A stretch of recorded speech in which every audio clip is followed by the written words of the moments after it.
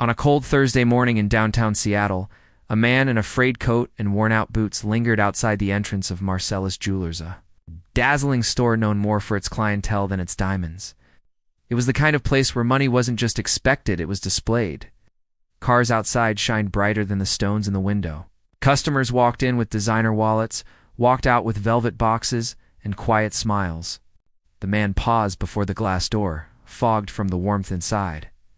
His name was Caleb Rose, and to anyone watching, he looked like another wanderer seeking warmth. Maybe coins, maybe pity. He pushed the door gently. Bells chimed, heads turned. The manager, a sharply dressed man named Gregory Marcellus, frowned the moment he saw him. Caleb's coat was patched, boots cracked at the sides, and his hair, though neatly pulled back, spoke of long days without comfort. "Sir," Gregory said, stepping in front of him like a guard dog, "this is a luxury establishment." Caleb smiled kindly. "I know. I'd like to buy a ring." Snickers fluttered across the showroom like moths to flame. A wealthy couple browsing watches whispered behind manicured hands. Gregory didn't bother hiding his disdain. "You want to buy a ring? With what? Spare change?" Caleb slipped a hand into his pocket and pulled out a small paper envelope. "I just need to ask a few questions," he said quietly. Gregory rolled his eyes. "Sir, we are not a museum. If you're not here to purchase something, I'm going to have to ask you to leave. And if you try to, I am here to purchase something." His voice was soft but firm. The manager stared at him, amused, unbelieving. "Listen, people like you don't shop here." Caleb absorbed the words without flinching. "People like me," he repeated. "Vagrants, drifters, come back when you can afford a real haircut." The shoppers laughed. One even pulled out his phone, recording the moment casually as if it were entertainment. Caleb breathed out slowly. "I'll remember that." Gregory took him by the arm tightly. "It's too tightly, you're leaving now." He shoved him out the door. Caleb stumbled onto the sidewalk, catching himself with both hands. His palms burned, but he stood gracefully, dusted off his sleeves, and glanced one more time at the glittering storefront. Then he walked away. The shop buzzed with activity holiday season, rich customers, bright displays. Gregory was laughing with a longtime client when the door opened again. This time 4 men in tailored suits entered, real estate lawyers. Behind them, a woman in her 60s, with commanding posture and silver hair. She wore no jewelry, yet she outshone every diamond there. Gregory hurried over. "Good afternoon, welcome to Marcello. We're looking for Mr. Gregory Marcellus," the woman said. "You're speaking to him. How may I help you?"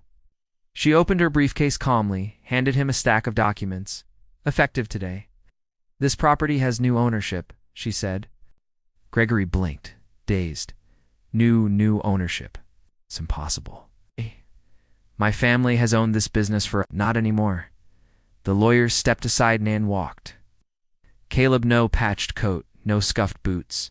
He wore a charcoal suit smooth as ink, shoes polished to a mirror shine. His hair was trimmed, his posture regal. His presence swallowed the room. Gregory stared, speechless. "You," choked. Caleb gazed at him with quiet understanding. "People like me, remember?" Gasps echoed. "Got—" A few customers backed away, suddenly embarrassed, forever laughing. "My full name is Caleb Rosewood," he continued. "Heir to Rosewood Holdings, owner of 8 tech companies for hotels." And he lifted a hand toward the documents. "Now this building." Gregory's face drained of color. "Why, would you buy this place?" Caleb walked slowly toward the gleaming ring display.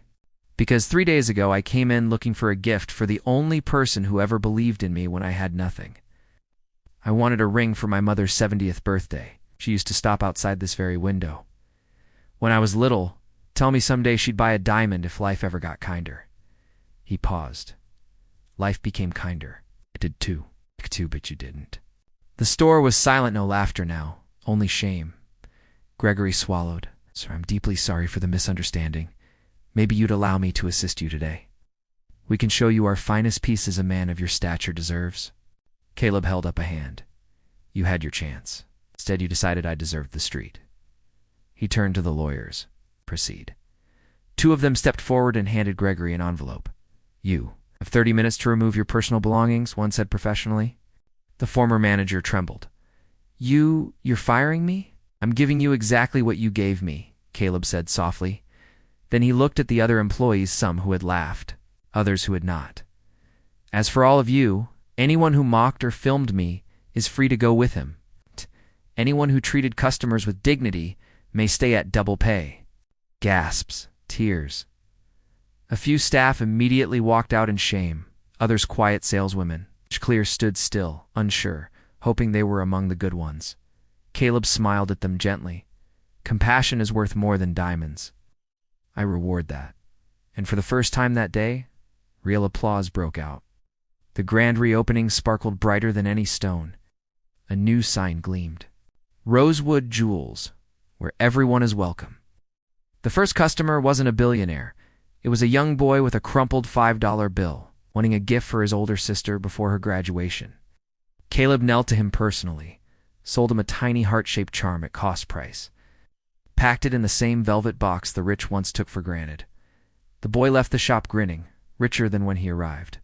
At the back of the store stood an older woman with silver hair and gentle eyes, Caleb's mother. He placed into her palm a diamond ring breathtaking enough to silence a sky.